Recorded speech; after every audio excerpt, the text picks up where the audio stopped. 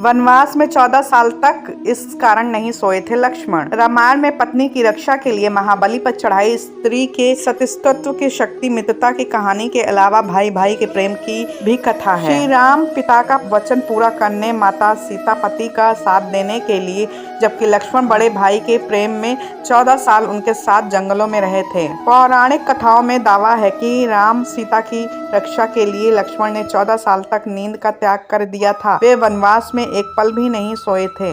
लक्ष्मण को इस कारण गुडाकेश यानी नींद का स्वामी भी कहते हैं। 14 साल तक वे सोने के बजाय राम सीता की झोपड़ी के बाहर पहरा देते थे। अपनी इसी खासियत के कारण लक्ष्मण लंका युद्ध में रावण के उस पुत्र मेघनाद का वध कर पाए थे, जिससे ब्रह्मा जी ने अजय होने का वरदान दिया था। पौराणिक कथाओं के मुताबिक अयोध्या से राम सीता संग वनवास पर रवाना होने से पहले लक्ष्मण ने नींद की देवी की प्रार्थना की थी। निद्रा देवी से लक्ष्मण ने वनवास के दौरान यानी 14 साल तक एक भी पल नहीं सोने का वरदान मांगा था, ताकि वे राम सीता के प्रहरी बन सकें। निद्रा देवी ने लक्ष्मण को एक शर्त पर यह वरदान दिया था कि बदले में उनकी पत्नी उर्मिला 14 साल तक अयोध्या के राजभवन में लगातार सोती रहेंगी। निद्रा देवी ने शर्त रखी कि रात में उर्मिला अपनी नींद सोएगी और दिन में वे लक्ष्मण के हिस्से की नींद पूरी करेगी। बदले में लक्ष्मण जागते रहेंगे। लक्ष्मण ने ये शर्त मान ली और वे 14 वर्ष तक जागते रहते थे। इसी खासियत के कारण वे लंका युद्ध में मेघनाद का वध करने में सफल रहे थे। ब्रह्मा जी ने मेघनाद को